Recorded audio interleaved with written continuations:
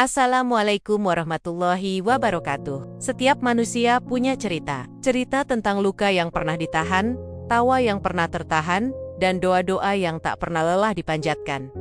Disinilah kami hadir, membagikan kisah-kisah nyata dari hati ke hati. Kisah perjuangan, cinta, kehilangan, hingga harapan yang tak pernah padam. Inilah 1001 kisah nyata.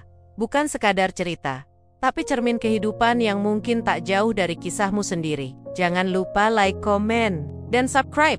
Langsung saja ceritanya dimulai. Pagi, baru saja menyapa. Sinar matahari belum begitu tinggi, dan embun masih menempel di dedaunan halaman. Di sebuah rumah yang tampak mewah, berdinding putih dengan pagar besi tinggi, terdengar suara sendok beradu dengan piring. Di dapur, seorang wanita tua tengah menata sepiring nasi hangat dengan lauk sederhana di atas meja makan. Tangannya gemetar, rambutnya sebagian besar telah memutih, dan matanya tampak lelah tapi ada kelembutan yang terpancar dari setiap geraknya.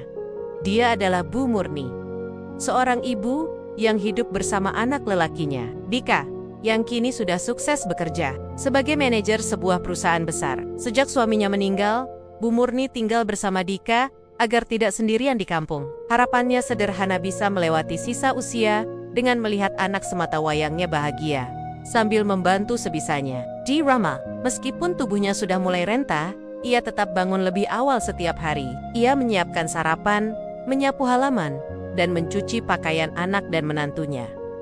Pagi itu, seperti biasa, Bu Murni menyiapkan sarapan untuk Dika dan istrinya, Rina. Di atas meja tersusun rapi 2 piring nasi, tempe goreng, dan telur dadar. Aroma wangi dari dapur menguar lembut ke ruang tamu. Tapi sudah 30 menit, belum ada yang keluar dari kamar. Dengan langkah perlahan, Bu Murni menghampiri pintu kamar anaknya. "Rina, Dika, sarapannya sudah siap, nak," ucapnya lirih, cukup keras agar terdengar, tapi tidak terlalu keras agar tak dianggap mengganggu. Tak ada jawaban. Beberapa detik kemudian, pintu terbuka. Rina, menantu Bu Murni, keluar dengan raut wajah tak bersahabat. Rambutnya masih basah setelah mandi, dan wajahnya terlihat tidak senang. "Bu, ibu tuh nggak usah repot-repot masak segala. Kita ini kerja, bukan petani. Kita sarapan di luar aja. Udah dari kemarin saya bilang nggak usah masak kayak gini lagi," keluh Rina sambil menatap tajam ke arah meja makan. Bu Murni terdiam. Wajahnya mencoba tersenyum, meski hatinya terasa perih. Ibu cuma pengen Dika sama Rina makan yang hangat sebelum berangkat. Ibu masak yang gampang saja, cuma tempe sama telur. Belum sempat kalimat itu selesai, Dika ikut keluar dari kamar. Jas, korjonnya rapi, dasi sudah terpasang, tapi wajahnya tak menunjukkan kegembiraan melihat ibunya. "Bu, Rina udah sering bilang, kita ini sibuk, nggak sempat makan pagi di rumah. Lagi pula, sarapan cuma tempe begini. Nggak usah, Bu, mending ibu istirahat aja. Nggak usah repot masak pagi-pagi," ujar Dika sambil merapikan lengan jasnya. Bu Murni hanya mengangguk pelan. Ia mundur perlahan, berdiri di balik meja makan, memandangi 2 piring nasi yang mulai dingin. "Maaf ya, ibu cuma pengen kalian sehat. Ibu pikir, meskipun sederhana, makan di rumah lebih baik." Dika melirik jam tangannya. "Aku telat, Bu. Mau meeting pagi ini?" "Rina, ayo." Tanpa berpamitan, mereka melangkah keluar. Rina bahkan tidak menoleh ke arah meja makan, apalagi ke arah Bu Murni. Pintu ditutup dengan keras. Suara mobil menyala. Beberapa saat kemudian, keheningan menyelimuti rumah. Bu Murni berdiri sendirian di ruang makan. Pandangannya kosong, menatap 2 piring yang masih utuh. Di sudut matanya, bening menggantung, namun ia tahan agar tidak jatuh. Dengan perlahan, ia duduk di kursi kayu di sudut ruangan. Tangannya mengelus permukaan meja, lalu menghela napas dalam. "Dulu, ibu jual sawah, jual kalung warisan, semua demi Dika bisa kuliah. Ibu tidak minta dibalas. Ibu cuma ingin anak ibu sarapan, meski cuma sepiring nasi dan tempe goreng," gumamnya lirih. Hampir tak terdengar hari demi hari. Perlakuan itu terus terulang. Setiap pagi, Bu Murni tetap menyiapkan sarapan, dan setiap pagi pula Dika dan Rina melewatinya tanpa peduli. Kadang Bu Murni makan sendirian, kadang ia hanya menyimpannya dan makan di sore hari. Tidak jarang, makanan yang disiapkannya basi karena tak ada yang menyentuh. Namun ia tetap melakukannya, bukan karena kewajiban, melainkan karena cinta yang tak bisa hilang. Ia masih berharap, mungkin suatu hari, anaknya kembali menyadari hangatnya. sepiring nasi dari tangan seorang ibu. Tapi kenyataan seringkali berbeda dari harapan. Hari itu menjadi awal dari perubahan besar yang akan mengguncang hidup mereka. Tanpa mereka sadari, pagi yang sunyi itu menyimpan peristiwa yang akan menggiring semuanya menuju takdir yang tak pernah diduga. Dan itu semua berawal dari sepiring nasi terakhir. Hari-hari berikutnya berjalan seperti biasanya, atau setidaknya tampak biasa di mata Dika dan Rina. Keduanya sibuk dengan pekerjaan, urusan kantor, dan urusan sosial yang seolah tak ada habisnya. Jadwal mereka padat, penuh rapat, undangan, dan pertemuan bisnis. Setiap hari mereka bangun, mandi cepat, memakai pakaian kerja terbaik, lalu meluncur ke kantor tanpa menoleh sedikit pun ke arah dapur ke meja makan, atau ke sosok tua yang sejak subuh sudah menunggu sambil memegang termos nasi. Bu Murni masih setia, meski sering dilupakan, ia tetap menyiapkan sarapan, tetap membersihkan rumah, tetap mencuci pakaian, meski sekarang sebagian besar sudah dibawa ke laundry. Ia tidak pernah meminta apa-apa, selain kehadiran dan sedikit perhatian dari anak yang dulu ia besarkan dengan segala pengorbanan. Namun, ketegangan di dalam rumah itu pelan-pelan membentuk jurang yang semakin dalam. Rina mulai merasa terganggu dengan kehadiran Bu Murni. Ia merasa rumah tidak lagi menjadi ruang pribadi. Ia merasa tak bebas. Ia merasa Bu Murni mencampuri terlalu banyak hal. Meski sebenarnya Bu Murni hanya diam dan bekerja dalam sunyi. Tapi bagi Rena, keberadaan mertuanya menjadi beang-beang yang tidak menyenangkan.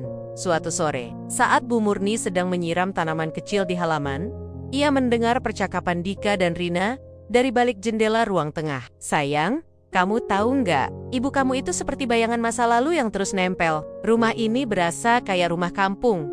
Aku nggak betah." "Aku ngerti, Rin, tapi dia ibu aku. Dia nggak punya siapa-siapa lagi, tapi kamu juga harus ingat, kita butuh ruang. Kita mau punya anak. Masa iya anak kita nanti tidur bareng nenek renta di kamar sebelah? Coba pikir logis, Dek. Kamu udah cukup berbakti. Dia tinggal di sini udah lama. Sekarang waktunya dia kembali ke kampung." "Kampung? Lah dia nggak punya rumah lagi di sana. Sawah udah dijual. Rumah juga udah lama runtuh. Dulu semua dijual buat biaya kuliah aku. Itu dulu. Sekarang kamu yang harus pikir ke depan. Gimana kalau kita carikan rumah singgah atau panti jompo yang layak? Banyak kok yang bagus, bersih, ada perawatnya." Percakapan itu berhenti. Hening sejenak, Bu Murni berdiri di balik jendela, menatap bunga-bunga kecil di pot yang ia rawat sendiri.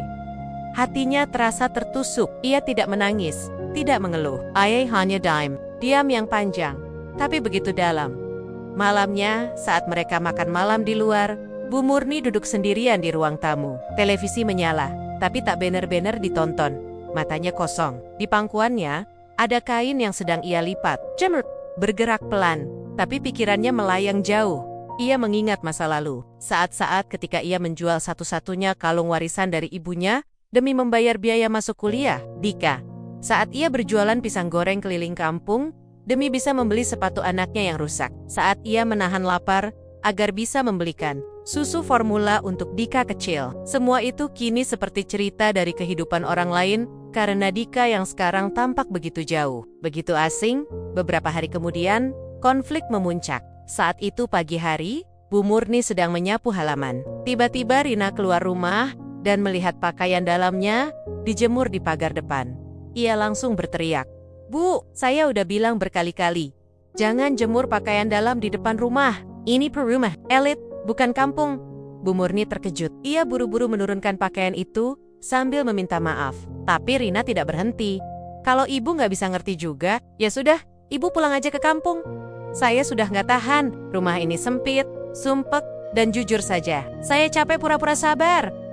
Dika keluar rumah, mendengar keributan itu. Ia mencoba menenangkan, tapi tekanan dari Rina terlalu kuat. Ia tidak lagi bisa membela ibunya seperti dulu. Ia berdiri di antara dua dunia, ibu yang membesarkannya dan istri yang ia cintai. "Bu, maaf, mungkin lebih baik ibu pulang dulu." "Antak, siap." Bu Murni menatap wajah anaknya.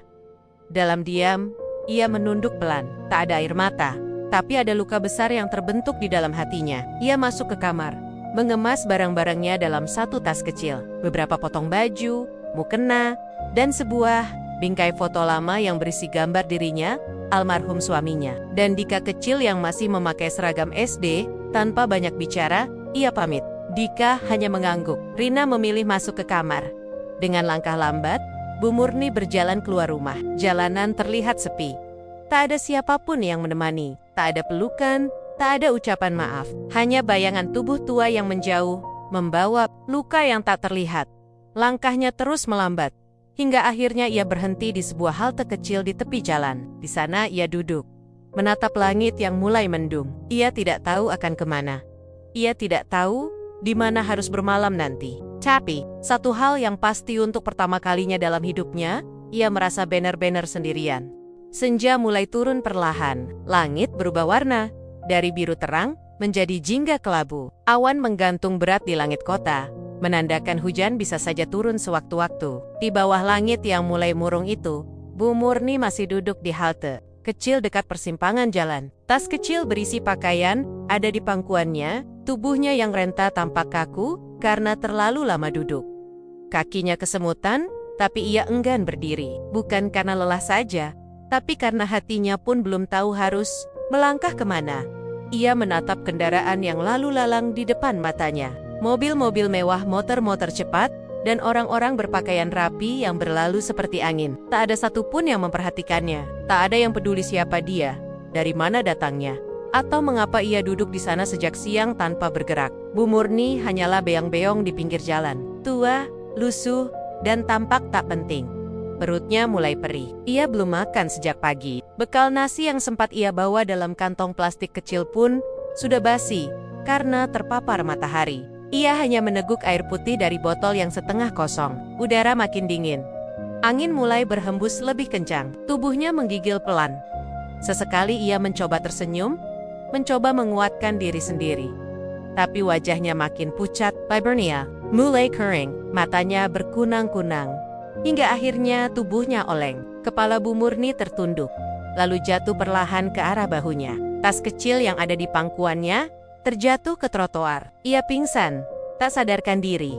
Beberapa menit berlalu. Orang-orang hanya menoleh sekilas, tak satu pun berhenti. Semua sibuk dengan urusannya masing-masing. Di tengah kebisingan kota, tubuh seorang ibu renta tergeletak begitu saja di pojok halte seperti barang yang tak lagi berguna. Namun tak lama kemudian, sebuah motor patroli berhenti di sisi jalan. Seorang perempuan berseragam polisi turun tergesa. Ia memakai helm putih dan jaket bertuliskan Polwan Patroli. Wajahnya muda, segar, dan cantik. Matanya sigap dan penuh empati. Namanya adalah Intan, salah satu polisi wanita di sektor kota itu yang memang dikenal ramah dan cepat tanggap awalnya. Intan mengira yang tergeletak itu hanya gelandangan yang tertidur karena mabuk. Tapi saat ia mendekat, ia melihat wajah keriput yang lelah. Ia langsung tahu ini bukan orang biasa. Ini bukan sekadar pengemis. Ini adalah seorang ibu yang sedang membutuhkan pertolongan. Ibu? Ibu dengar saya? Ucap Intan sambil berlutut dan menopok-nepok pelan pipi. Bu Murni. Tak ada respons. Intan meraba nadi Bu Murni. Lemah, tapi masih ada. Ia segera mengambil botol air dari tasnya dan membasahi sedikit kain, lalu mengusapkannya ke wajah Bu Murni. Perlahan, mata Bu Murni terbuka. Pandangannya kabur. Cahaya sore terasa menyilaukan. Ia hanya melihat siluet sosok wanita berseragam berdiri di hadapannya. Bu, ibu bisa dengar saya? Suara lembut itu menyentuh telinganya. Bu Murni mencoba berbicara, tapi hanya suara serak yang keluar. Saya di mana? Gumamnya pelan. Ibu pingsan di halte. Saya anggota polisi yang sedang patroli. Nama saya Intan. Tenang Bu, sekarang ibu aman, ucap Intan sambil memegang tangan Bu Murni.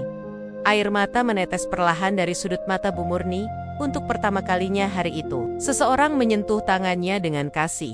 Bukan bentakan, bukan suara tinggi, tapi kehangatan. Sentuhan kecil itu membuat hatinya bergetar. Ia tidak tahu siapa wanita muda di depannya, tapi ada sesuatu dari tatapan matanya yang membuat ia merasa seperti dipeluk oleh dunia. Intan membantu Bu Murni berdiri, lalu membawanya naik ke motor patroli. Ia memakaikan jaket cadangan miliknya agar tubuh Bu Murni hangat. Ia juga memastikan helm terpasang aman. Setelah memastikan semuanya, ia mengendarai motor menuju pos polisi terdekat. Dalam perjalanan, Bu Murni hanya diam, tapi hatinya bergerak. Di tengah lelah dan hampa, ia seperti menemukan kembali seberkas cahaya kecil yang hampir padam. Setibanya di pos, Intan langsung membawa Bu Murni ke ruang istirahat. Ia menyeduhkan teh manis hangat, lalu memberikan sepiring nasi bungkus sederhana dari sisa makan siangnya. "Ibu makan dulu ya, ini memang sederhana, tapi lumayan buat isi tenaga," kata Intan sambil tersenyum. Bu Murni menatap nasi bungkus itu. Tangan tuanya gemetar saat menyentuh sendok. Ia menunduk, berdoa dalam hati, lalu menyuapkan sesuap nasi ke mulutnya. Air mata tak bisa dibendung lagi. Setiap suapan seolah membangunkan kembali seluruh luka yang telah ia telan sendiri. "Nak, kenapa kamu begitu baik sama saya?" tanya Bu Murni dengan suara lemah. Intan tersenyum, lalu duduk di hadapan Bu Murni. "Ibu, saya besar tanpa mengenal ibu kandung saya. Saya dibesarkan oleh nenek saya. Dia sudah meninggal 2 tahun lalu. Dan sejak itu, saya selalu merasa kosong. Tapi hari ini, melihat ibu seperti ini, saya merasa seperti melihat nenek saya sendiri."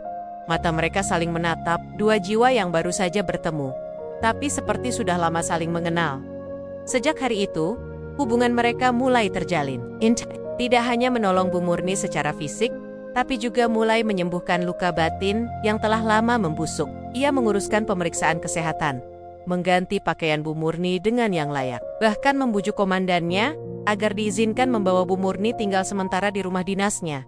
Dan tanpa disadari oleh siapapun, pertemuan singkat di pinggir jalan itu akan menjadi awal dari perubahan besar. Bukan hanya untuk Bu Murni, tapi juga bagi Intan dan Dika. Karena hidup kadang seperti jalan panjang yang berputar. Siapa yang pernah kau abaikan bisa saja menjadi satu-satunya orang yang membuka pintu saat dunia menutup semua kemungkinan. Beberapa minggu telah berlalu sejak Bu Murni pergi dari rumah Dika. Sejak hari itu, rumah besar yang biasanya dipenuhi aroma masakan pagi, kini terasa sepi. Tidak ada lagi suara sendok beradu dengan piring. Tidak ada lagi langkah pelan dari dapur ke ruang tengah. Rumah itu masih berdiri megah, tapi terasa hampa.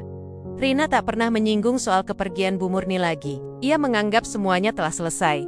Kini rumah terasa lebih tenang menurutnya. Ia bisa bebas menyalakan musik pagi hari, bisa duduk santai di sofa, tanpa harus merasa canggung di hadapan ibu mertuanya. Ia merasa ini adalah bentuk kemerdekaan yang pantas ia nikmati. Sementara itu, Dika menjalani hari-harinya seperti biasa. Pergi pagi, pulang malam. Namun dalam diam, ada ruang kosong di dalam dirinya yang tidak ia pahami. Saat ia duduk di meja makan dan menatap piring kosong, pikirannya sering melayang ke wajah ibunya. Saat ia membuka lemari dan melihat setumpuk baju bersih yang telah disetrika rapi, ia teringat bahwa semua itu dulu dikerjakan oleh tangan keriput yang penuh kasih. Tapi ia mencoba menepis semua rasa itu. Ia meyakinkan diri bahwa ini adalah pilihan yang masuk akal. Istrinya senang, rumah tenang, dan hidup tetap berjalan.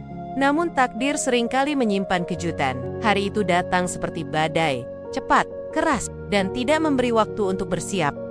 Pagi itu, Dika sedang berada di ruang kerjanya. Ia tengah mempersiapkan presentasi penting untuk rapat investor. Semua berjalan lancar sampai ponselnya berdering. Nomor asing muncul di layar. "Halo, ini dengan Pak Dika." "Iya, betul. Maaf, ini siapa?" "Kami dari pihak perbankan. Kami ingin mengonfirmasi bahwa ada tunggakan cicilan properti atas nama Anda selama 3 bulan terakhir. Apakah Bapak bersedia hadir ke kantor kami untuk menyelesaikannya?" Dika terkejut. Ia yakin bahwa semua tagihan sudah dibayarkan secara otomatis. Ia buru-buru membuka aplikasi perbankan. Dan benar saja, beberapa transaksi auto-debit ditolak karena saldo tidak mencukupi. Tak berhenti di situ. Siang harinya, ia mendapat panggilan dari HRD kantornya. Ternyata, perusahaan tempatnya bekerja sedang dalam kondisi krisis finansial. Beberapa divisi akan dirumahkan, termasuk dirinya. Manajemen menganggap bahwa kontribusinya tidak lagi relevan dengan arah perusahaan ke depan.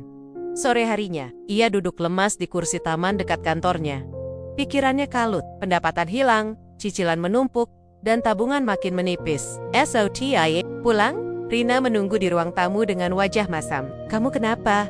Tadi aku ditelepon sama orang bank, katanya udah nunggak cicilan." "Iya, aku juga baru tahu. Gaji bulan ini belum masuk. Bahkan mungkin nggak masuk sama sekali." Perusahaan lagi goyah. Aku termasuk yang dirumahkan. Rina langsung berdiri. Suaranya naik 1 oktav. Dirumahkan? Terus kita mau makan apa? Cicilan rumah, mobil, kartu kredit semua itu atas nama kamu, Dika. Aku udah capek hidup begini. Kamu bilang waktu itu, usir ibumu, supaya rumah ini tenang dan bisa fokus kerja. Tapi sekarang malah begini hasilnya. Dika terdiam. Wajahnya menegang. Ucapan Rina menamparnya. Semua keputusan yang ia ambil dulu mengusir ibunya, menuruti istrinya, berpikir bahwa segalanya akan berjalan mulus, kini satu persatu berbalik menyerangnya. Hari-hari berikutnya semakin berat. Rumah tangga mereka mulai retak. Rina Searing menginap di rumah orang tuanya. Beberapa barang berharga mulai mereka jual untuk menutupi tagihan. Dika mencoba mencari kerja ke sana kemari, tapi usianya dianggap sudah tidak lagi ideal untuk posisi manajerial. Ia juga mencoba meminjam uang ke beberapa teman, tapi tidak ada yang bisa membantu dalam jumlah besar. Suatu malam, Dika duduk sendirian di ruang makan. Di depannya, hanya ada segelas air putih. Ia menatap meja kosong itu lama sekali. Entah mengapa, bayangan wajah ibunya muncul begitu jelas. Ia teringat cara ibunya memanggil namanya setiap pagi, membawakan teh hangat, dan menyiapkan sepiring nasi, meski hanya dengan tempe goreng. Sepiring nasi terakhir yang tak pernah ia sentuh. Tanpa sadar, air matanya jatuh. Bukan hanya karena tekanan hidup, tapi juga karena rasa bersalah yang mulai membuncah. Ia mencoba menghubungi nomor HP ibunya, tapi tak aktif. Ia mencari nama ibunya di media sosial, hasilnya nihil. Ia bahkan pergi ke kampung halaman tempat ia dibesarkan dulu. Tapi rumah itu sudah lama roboh, tak ada jejak. Saat itu Dika benar-benar sadar, ia telah kehilangan satu-satunya orang yang paling tulus mencintainya. Seseorang yang tidak akan pernah menuntut. Bahkan setelah diusir dari rumah sendiri, ia duduk di emperan rumah lamanya di kampung, menatap tanah kosong yang dulu pernah menjadi tempat ia bermain. Di sanalah ia mulai berbicara pelan, seolah ibunya bisa mendengar. Bu, kalau ibu masih hidup, kalau ibu masih bisa dengar, maafin Dika, Bu. Dulu ibu rela jual semuanya buat Dika sekolah, tapi Dika malah usir ibu seperti tamu tak diundang. Maaf, Bu, Dika salah. Dika hilaf. Angin malam menyapu pelan wajahnya. Tidak ada jawaban, tidak ada tanda-tanda, tapi di dalam dirinya ada sesuatu yang berubah.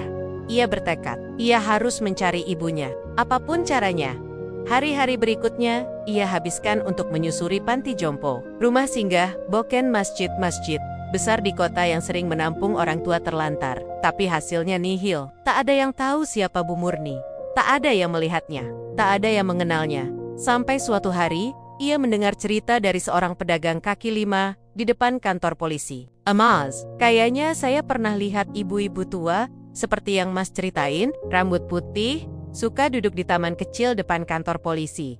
Ditemani polwan muda. Cantik tuh polwannya. Dika langsung menegakkan tubuhnya. Kapan, Pak? Masa sih? Kelihatan. Beberapa hari lalu masih kelihatan. Tapi saya nggak tahu namanya siapa. Coba Mas tanya langsung ke kantor polisinya. Dan di titik itulah cerita Dika mulai berubah arah. Ia belum tahu bahwa pertemuannya nanti akan membuka pintu yang selama ini tertutup. Ia belum tahu bahwa sosok yang dulu ia usir dengan dingin, kini sedang berada dalam dekapan kasih seorang polwan yang bahkan belum pernah mengenalnya sebelumnya. Pagi itu, langit tampak bersih, matahari bersinar cerah. Namun di hati Dika, awan masih menggantung. Ia berdiri di depan sebuah kantor polisi sektor kota. Bangunan itu tampak ramai, tapi rapi. Petugas berseragam mondar-mandir menyapa warga yang datang, mengatur antrean, dan memberi arahan.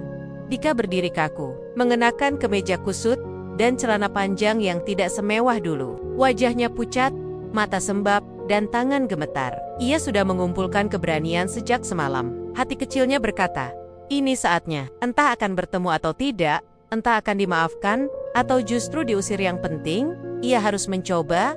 Dengan langkah berat, Dika masuk ke dalam. Ia mendekati resepsionis dan mengutarakan maksudnya. Permisi Pak, saya sedang mencari seorang ibu. Beliau sudah tua, kira-kira 65 tahun, rambutnya putih, tubuhnya kurus, dan terakhir, saya dengar beliau sering duduk di taman depan kantor ini bersama seorang polwan. Petugas mengangguk pelan. Oh, maksudnya mungkin Bu Murni. Kalau tidak salah, beliau tinggal sementara bersama Bu Intan, salah satu anggota kami. Hari, Dika berdebar kencang. Bu, Bu Murni itu ibu saya, Pak. Petugas terdiam sejenak, lalu memanggil lewat radio internal. Tak lama kemudian, dari arah ruang belakang, muncul seorang perempuan berseragam polisi. Rambutnya disanggul rapi, wajahnya tenang, dan matanya tajam, tapi penuh kelembutan. Ayah adalah Intan Polwan yang telah menolong Bu Murni saat tergeletak tak berdaya di halte beberapa minggu lalu. Langkah Intan mantap. Ia menatap Dika dari ujung kepala hingga kaki. Sejenak, ia mencoba menilai siapa pria ini. Mas, Anda keluarga Bu Murni? Tanyanya dengan nada profesional. Dika mengangguk. Bibirnya bergetar. Saya, anak kandungnya. Saya mencari beliau. Saya sudah lama tidak bertemu. Intan menatap Dika tajam. Ia tahu, wajah yang berdiri di hadapannya inilah yang dulu mengusir sosok tua yang kini ia sayangi seperti ibunya sendiri. Boleh saya tahu, kenapa baru mencarinya sekarang? Partinyon, itu terdengar ringan, tapi berat di hati Dika. Ia menarik napas panjang, tenggorokannya tercekat, tapi akhirnya ia berkata dengan suara pelan.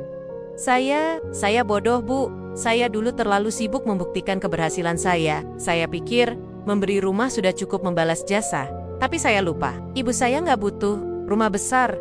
Dia butuh dihargai, butuh kasih sayang. Dan saya malah mengusirnya. Saya berdosa. Intan masih memandang tanpa bicara. Tapi di balik ketegasannya, ia menangkap tulusnya penyesalan itu. Ia kemudian melangkah mundur, memberi isyarat agar Dika mengikutinya. Dika berjalan di belakang Intan, menyusuri lorong kecil menuju taman belakang kantor polisi. Taman itu sederhana. Ada beberapa bangku taman, beberapa pot bunga, dan sebuah pohon besar yang rindang.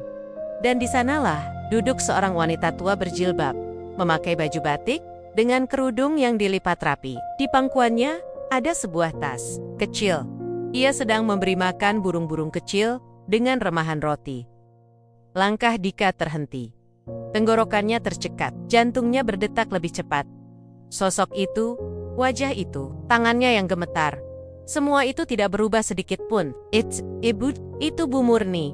Dika tidak bisa bergerak, lututnya lemas. Ia berdiri mematung, hanya menatap punggung renta yang dulu ia tinggalkan. Bu Murni menoleh pelan, entah karena firasat atau karena bisikan langit, pandangannya langsung bertemu dengan anaknya. Mata mereka bertemu. Untuk sesaat, waktu terasa berhenti. Dika tak bisa menahan air matanya lagi. Ia menjatuhkan tas yang dibawanya, lalu berlutut di depan ibunya. Tangannya menggenggam ujung rok batik yang telah mulai lusuh. Bu, Dika datang, Bu. Maafkan Dika. Air mata Dika jatuh satu-satu, mengalir tanpa suara. Tubuhnya berguncang karena tangis yang tertahan bertahan-tahan. Bu Murni hanya menatapnya, hening. Matanya tak berkedip. Kenapa kamu datang sekarang, Nak? Kalimat itu diucapkan pelan, tapi mengguncang hati Dika. Saya terlambat sadar, Bu. Semua yang saya banggakan, semuanya hancur. Dan saya baru sadar, yang paling berharga bukanlah rumah, jabatan, atau uang. Tapi Ibu, maafkan saya. Saya kejam. Bu Murni menarik napas dalam. Ia menatap wajah anaknya yang kini lusuh dan ringkih. Dulu, ia sering menyeka keringat di kening itu. Dulu, ia memeluk tubuh itu setiap malam saat demam tinggi. Dan hari ini, tubuh itu bersimpuh di hadapannya, penuh luka dan penyesalan. Dengan tangan yang gemetar, Bu Murni menyentuh kepala Dika. Ia usap pelan rambut anaknya, sama seperti yang ia lakukan saat Dika masih kecil. Tak ada ibu yang ingin membenci anaknya. Ibu, sudah memaafkanmu sejak hari kamu menutup pintu rumah itu untuk ibu. Dika menengadah. Air matanya semakin deras. Ia memeluk lutut ibunya, seperti anak kecil yang baru saja kembali ke pelukan pertama. Yang paling ia rindukan, Intan berdiri dari kejauhan, menyaksikan semua itu. Matanya berkaca-kaca. Ia tahu, ini bukan sekadar pertemuan antara ibu dan anak. Ini adalah pertemuan dua hati yang pernah terpisah karena ego, tapi kini disatukan kembali oleh cinta yang tak pernah padam. Beberapa menit berlalu, Dika akhirnya duduk di samping ibunya.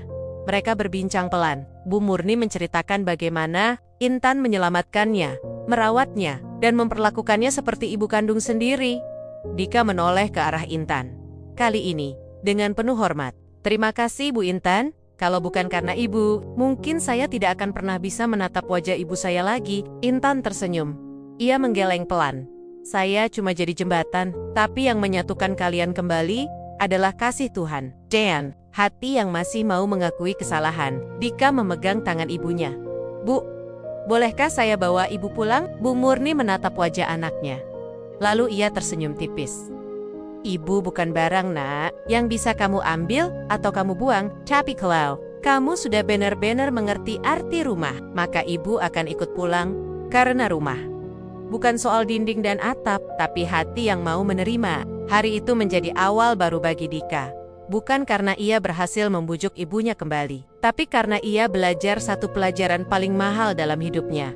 Cinta seorang ibu tidak bisa dibeli, tidak bisa digantikan, dan tidak akan pernah mati meskipun telah dibuang, dilupakan, dan disakiti.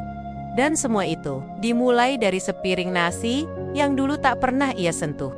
Hari-hari setelah pertemuan itu seperti membuka lembaran baru dalam hidup Dika.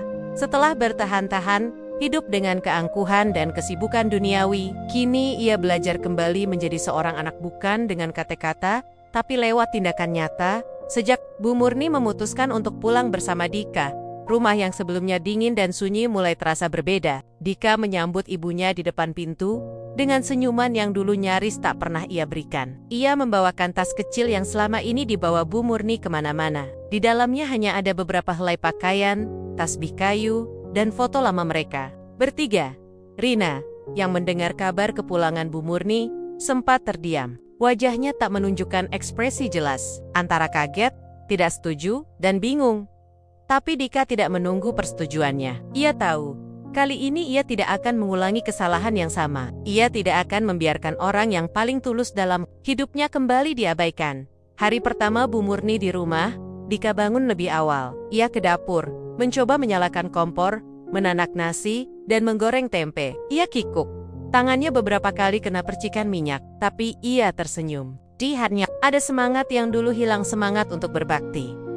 Ketika Bu Murni keluar dari kamar dan melihat anaknya berdiri di dapur, ia tertegun. Ia duduk pelan di kursi ruang makan, menatap anaknya dari kejauhan. Dulu, kursi itu sering kosong, tapi kini kursi itu terisi dengan harapan. Bu, hari ini Dika yang masak. Tempenya belum mateng, tapi semoga bisa dimakan, kata Dika dengan senyum canggung. Bu Murni tersenyum. Matanya berkaca-kaca. Terima kasih, nak. Ini lebih dari cukup. Dan pagi itu, untuk pertama kalinya setelah sekian lama, mereka duduk bersama, makan dengan lauk sederhana. Tidak ada kata-kata panjang, hanya keheningan yang nyaman, diselingi suara sendok beradu dengan piring. Hangat, sederhana, tapi dalam. Hubungan mereka pun perlahan membaik.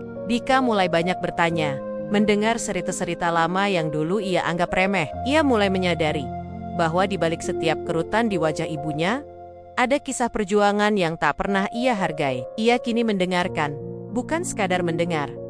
Setiap sore, Bu Murni duduk di teras rumah, menatap langit senja sambil membaca Al-Quran. Dika kadang ikut duduk di sampingnya, menyandarkan kepalanya di bahu ibunya seperti anak kecil yang kelelahan. Sesekali, mereka pergi ke taman. Dan di suatu kesempatan, Dika mengundang Intan untuk datang makan malam. Polwan muda itu datang dengan pakaian santai, membawa kue buatan sendiri. Bu Murni menyambutnya dengan pelukan hangat, seperti menyambut anak perempuannya sendiri. Rina yang awalnya canggung, mulai membuka diri. Ia melihat bahwa Intan bukan orang luar biasa, bukan seseorang yang mengancam, tapi justru menjadi jembatan yang telah menyelamatkan rumah tangganya dari kehancuran. Ia tahu, jika bukan karena Intan, Dika mungkin tak akan pernah menemukan ibunya kembali. Makan malam, malam itu terasa hangat. Mereka makan bersama, tertawa, dan saling bercerita. Dika tampak berbeda. Ia tak lagi banyak bicara soal pekerjaan, saham, atau target. Ia lebih banyak bicara soal keluarga, soal masa kecil, dan soal makanan favorit ibunya. Ia kini lebih hidup. Setelah makan, Dika mengantar Intan ke halaman depan.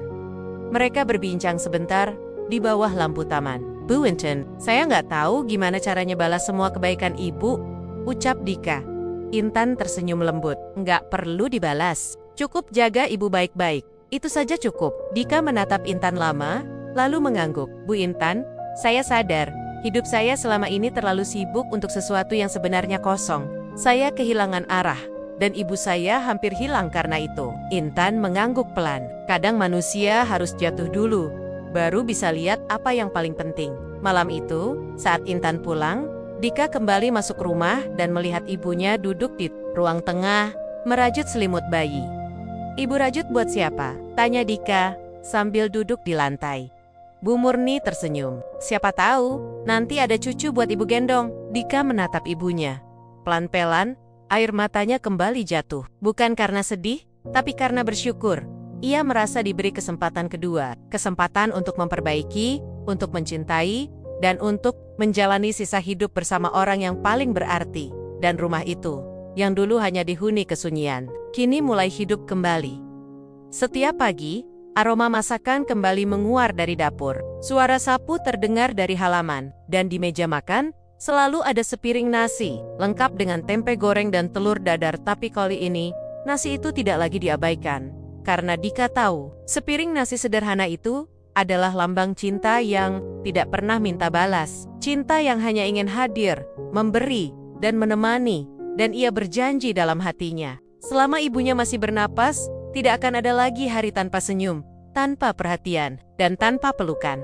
Sebab ia telah belajar bahwa seberapa jauh pun manusia pergi, rumah sejati akan selalu menunggu, bukan dalam bentuk bangunan, tapi dalam pelukan seorang ibu yang tak pernah menutup pintu. Waktu terus berjalan, hari berganti minggu, minggu beralih menjadi bulan, musim pun berubah, seiring langkah manusia yang tak pernah berhenti. Begitu pula dengan kehidupan Dika.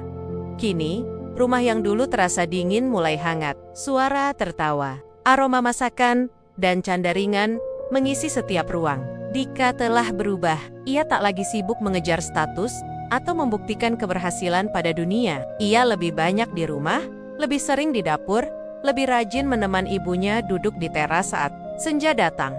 Hubungan Dika dan ibunya kini bukan sekadar darah, tapi juga persahabatan yang dibangun dari penyesalan dan keikhlasan. Ia sering mengantar Bu Murni ke pasar pagi, membawakan tas belanjaan, dan sesekali bercanda soal masa kecil yang dulu nyaris tak pernah ia ingat. Setiap Jumat sore, Bu Murni dan Intan biasanya duduk bersama di taman kecil dekat masjid. Mereka berbagi cerita, sesekali berbagi masakan yang mereka bawa dari rumah. Bagi Bu Murni, Intan bukan lagi hanya seorang polwan, tapi seperti anak perempuan yang dulu tak pernah ia punya. Dan hari itu datang seperti biasa, pagi yang cerah, langit biru bersih, angin lembut menyentuh daun-daun yang berguguran pelan. Dika sudah bangun lebih pagi dari biasanya. Ia berniat membuat kejutan kecil untuk ibunya. Ia ingin memasak sarapan spesial, bukan sesuatu yang mewah, hanya sepiring nasi, tempe goreng, dan telur dadar. Tapi kali ini dibuat dengan tangan dan hati yang sepenuhnya sadar dan bersyukur. Saat nasi mulai matang di rice cooker, Dika berjalan ke kamar ibunya, berniat memanggilnya untuk makan bersama. Tapi ketika ia membuka pintu perlahan, tubuhnya terhenti. Ia melihat Bu Murni terbaring tenang di ranjang. Wajahnya damai. Napasnya tidak ada. Dika mendekat. Jantungnya berdetak cepat. Ia memanggil pelan. "Bu, ibu bangun, Bu. Sarapan udah siap." Tapi tak ada jawaban. Ia menggoyang pelan bahu ibunya. Tetap diam. Tangannya mulai gemetar. Ia memegang pergelangan tangan ibunya. Tidak ada denyut. Ia menatap wajah itu, wajah yang selama ini ia rindukan. Ia tangisi, dan akhirnya ia dapatkan kembali, kini terbaring dalam keheningan abadi. Tangisnya, Peka. Dika berlutut di samping tempat tidur, menggenggam tangan ibunya erat.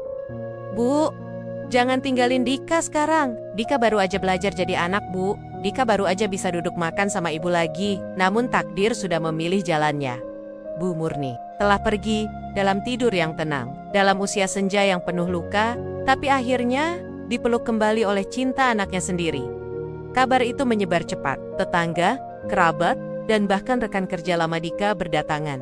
Rina, yang belakangan sudah mulai menerima kehadiran mertuanya, menangis terseduh di sisi jasad Bu Murni. Bahkan Intan, yang selama ini tampak kuat dan tegar, tak kuasa menahan air matanya.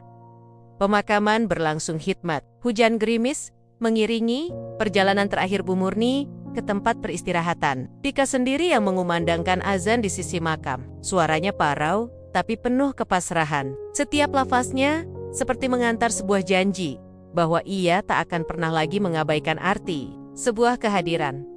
Setelah penguburan usai, Dika duduk diam di samping pusara ibunya. Ia tidak langsung pulang. Ia menunduk, mengusap batu nisan yang masih basah oleh hujan, lalu berkata pelan, "Bu, terima kasih karena tetap menyayangi Dika. Bahkan ketika Dika sudah bukan lagi anak yang pantas dicintai. Maaf." Dika baru sadar bahwa cinta ibu itu seperti sepiring nasi yang sederhana. Seringkali tak dihargai, sampai tak ada lagi untuk dinikmati. Air matanya mengalir deras. Tapi kali ini bukan tangis karena penyesalan semata, melainkan rasa syukur. Ia bersyukur diberi kesempatan, walau singkat, untuk kembali merasakan cinta seorang ibu yang nyaris ia tinggalkan selamanya. Beberapa hari setelah pemakaman, Dika duduk sendiri di dapur. Di depannya, ada sepiring nasi hangat yang baru ia masak. Tidak ada lauk yang mewah, hanya telur dadar dan sambal sederhana, tapi ia menatapnya dalam-dalam. Ia tahu, piring itu akan tetap utuh. Tidak akan dibuang, tidak akan diabaikan. Ia makan perlahan. Setiap suapan seolah mengingatkannya bahwa kehidupan tidak selalu datang dengan perayaan dan gemerlap. Terkadang, kebahagiaan hadir dalam bentuk paling sederhana, dalam suara langkah tua yang menyapu halaman, dalam tawa lirih saat menonton televisi, atau dalam sepiring nasi yang diletakkan dengan sabar di meja setiap pagi. Kini, Dika tak lagi hidup untuk mengejar pujian dunia. Ia lebih banyak menghabiskan waktu di rumah, membuka usaha kecil yang dekat dengan masyarakat, dan aktif membantu warga sekitar. Ia juga sesekali datang ke taman, tempat ibunya biasa duduk bersama Intan, membawa teh hangat dan makanan kecil untuk siapapun yang sedang duduk sendiri di bangku taman.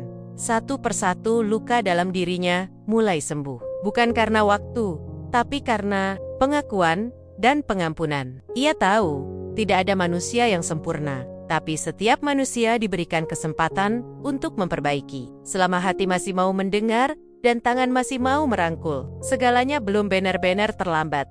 Kini, foto Bu Murni tergantung di dinding ruang makan. Di bawahnya, tertulis satu kalimat kecil yang Dika ukir sendiri.